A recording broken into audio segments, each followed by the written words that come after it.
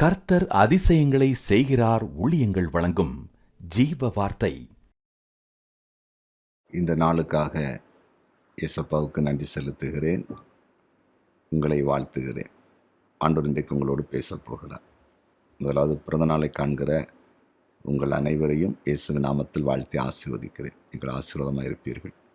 திருமண நாளை இன்றைக்கு காண்கிற குடும்பங்களையும் இயேசுவின் நாமத்தில் வாழ்த்தி ஆசீர்வதிக்கிறேன். கர்த்தர் உங்களை ஆசீர்வாதமாய் வைப்பார். சில வேளையில் அருமையானவர்களை இழந்து அல்லது ஏதோ ஒரு துக்கத்தில் நீங்கள் இருப்பீங்கன்னு சொன்னால் உங்கள் துக்கத்தை இயேசப்பா சந்தோஷமாய் மாற்றுவார். கவலைப்படாதீங்க. ஆண்டவர் உயிரோடு இருக்கிறார், அதிசயம் செய்வார். இன்றைக்கு ஜீவ வார்த்தைக்கான வசனத்தை வாசிக்க கேட்போமா? 2 ராஜாக்கள் 7வது அதிகாரம் 8வது வசனம். அந்த குஷ்டரோகிகள் பாளையத்தின் முன்னணி மட்டும் வந்தபோது ஒரு கூடாரத்திற்குள் பிரவேசித்து புசித்து குடித்து.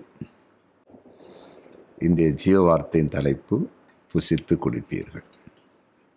2 குஷ்டரோக வியாதினால் பாதிக்கப்பட்ட மனிதர்கள், அவர்கள் சாப்பாடு இல்லாமல் ஒன்றும் இல்லாமல் பஞ்ச காலத்தில் கஷ்டப்பட்டு கொண்டு இருக்கிறாங்க.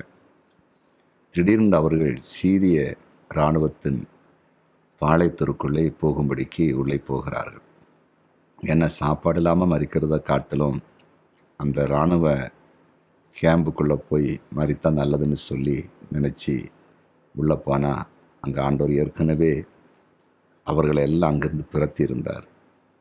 அதாவது இராணுவ இறைச்சலை கேட்டு எதிரிகள் வந்துட்டாங்க அப்படின்னு சொல்லி எல்லாம் விட்டுட்டு போயிட்டாங்க.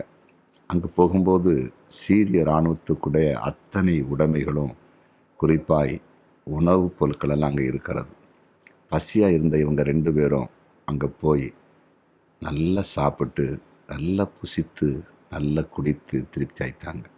சாப்பாடு இல்லாமல் மறிக்க போகிறோம்னு சொல்லியிருந்தவங்களுக்கு ஆண்டவர் அதிசயமாக அங்கே சாப்பாடு கொடுக்குறார். எவ்வளோ மகிமையான தேவன், யோசித்து பாருங்கள்.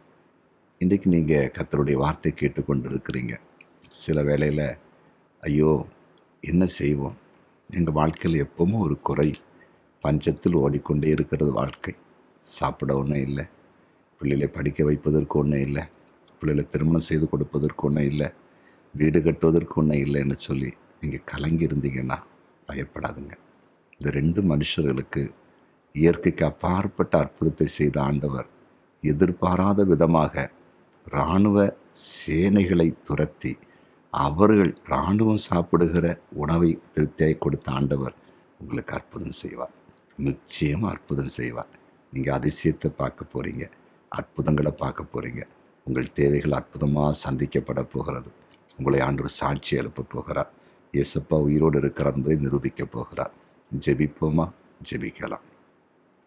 ஆண்டவரே, புசித்து குடிக்க வைக்கிற எங்கள் அன்பு தகப்பன், இதோ இன்றைக்கு உங்களுடைய வார்த்தை கேட்டு அடியனோடு கூட இழந்து ஜெபிக்கிறேன். ஒவ்வொருவரையும் கண்ணோக்கி பார். வாழ்க்கையில் ஒன்றும் இல்லாமல் என்ன செய்வோம் என்று திகைத்து கொண்டிருந்தா அற்புதத்தை செய்யுங்க. உங்களுடைய பிள்ளைகள் வாழ்க்கையில் எல்லாவற்றையும் நீர் கொடுத்து அதிசயங்களை செய்யுங்க. அற்புதம் நடக்கட்டும், மேன்மை உண்டாகட்டும். இந்த 2 மனுஷர்களுக்கு செய்த அற்புதத்தை உங்களுடைய பிள்ளைகளுக்கு செய்யுங்கப்பா, செய்யுங்க. குறிப்பாக வியாதிப்பட்ட எல்லாரையும் தொட்டு இப்போ சுகமாக்குங்க. இப்பொழுது வியாதியின் கொடுமை விலகி போட்டு அந்த வியாதியின் அகோரம் அழிந்து போகட்டும். இயேசுவின் நாமத்தில் பிசாசினால் பாதிக்கப்பட்ட குடும்பங்கள் இயேசுவின் நாமத்தில் விடுவிக்கப்படட்டும் என்று செபிக்கிறேன்.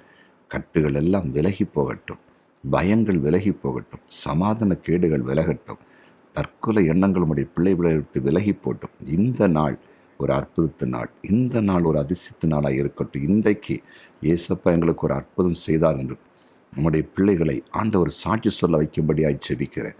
நீர் அப்படி செய்தி நன்றி. இயேசுவின் நாமத்தில் பிதாவே, ஆமென்.